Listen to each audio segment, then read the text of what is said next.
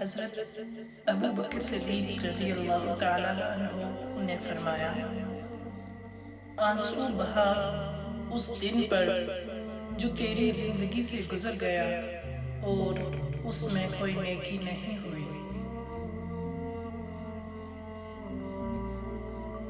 حضرت ابو بکر صدیق رضی اللہ تعالیٰ عنہ نے فرمایا، اے لوگو، خوف الہی سے تم میں سے جو رو سکے وہ روئے، کہ وہ دن آنے والا ہے کہ تم رلائے جاؤ گے۔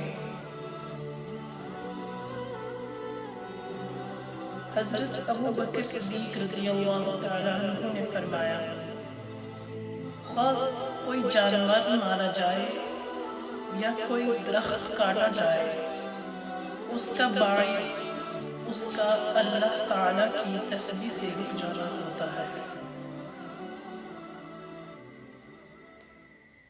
حضرت ابو بکر صدیق رضی اللہ تعالیٰ عنہ نے فرمایا، صالحین دنیا سے یکے بعد دیگرے اٹھا لیے جائیں گے، صرف وہ لوگ باقی رہ جائیں گے جو اس طرح بیکار ہوں گے جیسے جو اور کھجور کا چھلکا، اور ان سے اللہ تعالیٰ کو کوئی تعلق نہ ہوگا۔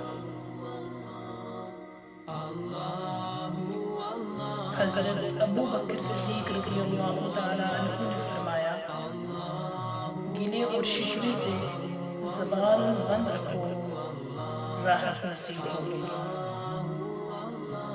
ویڈیو دیکھنے کے لیے آپ کا بہت بہت شکریہ۔